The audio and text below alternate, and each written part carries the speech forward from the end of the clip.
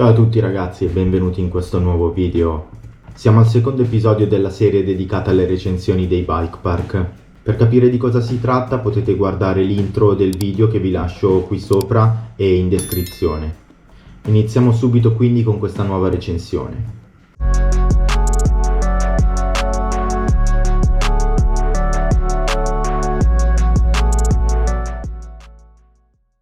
Oggi parliamo di Caldirola, bike park storico del Piemonte. Come potete vedere si trova in provincia di Alessandria, ma spostato verso il confine con l'Emilia Romagna.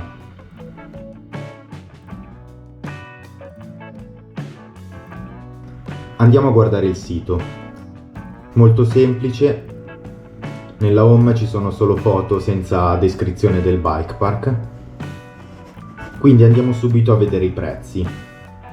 Giornaliero 22 euro, giornaliero under 14 15 euro, pomeridiano 15 euro. Come vedete c'è anche la possibilità di acquistare Bike Pass per più giorni e con tariffe agevolate per i gruppi.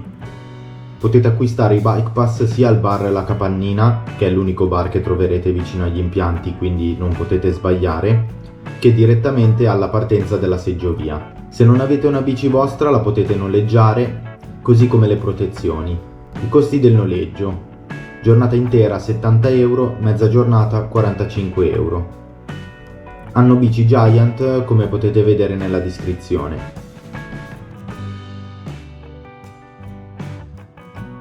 A fine giornata è possibile lavare la bici.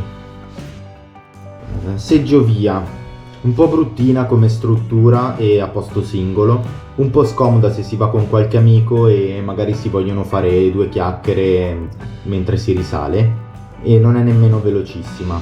Una volta arrivati in cima il panorama non è niente di speciale, anche perché le montagne sono basse. Sul sito non è presente una descrizione generica del bike park, né una sezione relativa alla descrizione dei trail, ma trovate il tutto sul sito www.caldirola.org. Vi lascio anche il link in descrizione. Come potete vedere sono segnati 11 trail.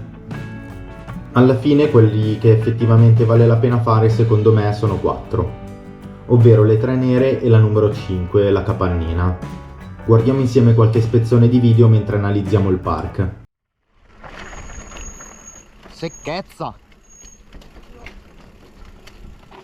Volevo dire delle altre piste rosse che se volete provarle fatelo, ma a mio avviso non sono nulla di speciale.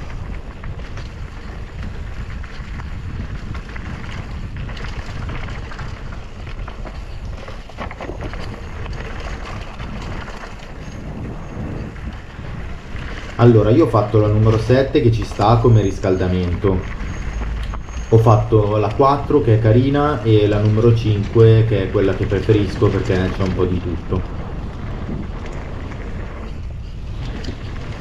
I veri problemi di questo bike park a mio avviso sono la scarsa qualità dei sentieri e la relativa manutenzione. Mi spiego. Da un park aperto da così tanti anni mi aspetto una certa esperienza nella cura e nella costruzione dei sentieri, dove invece sono spesso presenti tanti sassi smossi che si potrebbero togliere, dove ricordo pochissime curve spondate e dove non ho visto un salto decente.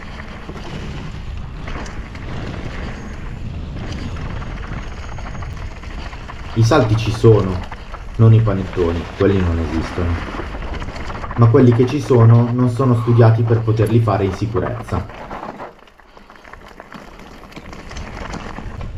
Drop buttati lì un po' come viene, con atterraggi spesso in flat e pieni di sassi smossi, magari costruiti prima di curve o di altri ostacoli. Per un biker esperto può non essere un problema, ma per altre persone che magari vanno già molto bene, ma non sono dei mega pro o dei mega saltatori, risulta un po' rischioso e nazzi andare ad affrontare questi ostacoli.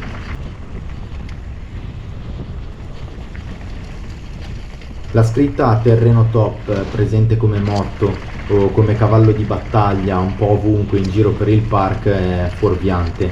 Il terreno top dipende molto dal meteo. Dovete essere fortunati e trovare una giornata perfetta dove non è né umido né secco, perché se ha piovuto da poco o piove è molto fangoso, se è secco è come girare sulla sabbia. senza dimenticarci poi dei sassi smossi che si trovano comunque sui vari percorsi.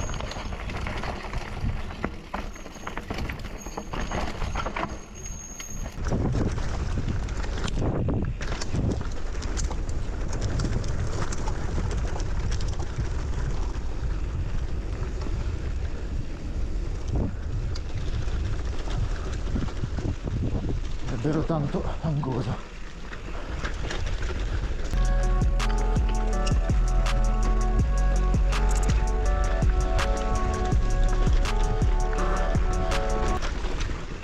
Mi si stava chiudendo davanti, che rischio. Quanto fango. Non tiene niente. Mi sento quella davanti che fa. Minchia, anche io ho tirato un paio di jolly. Intanto che i video vanno avanti tiriamo un po' le somme.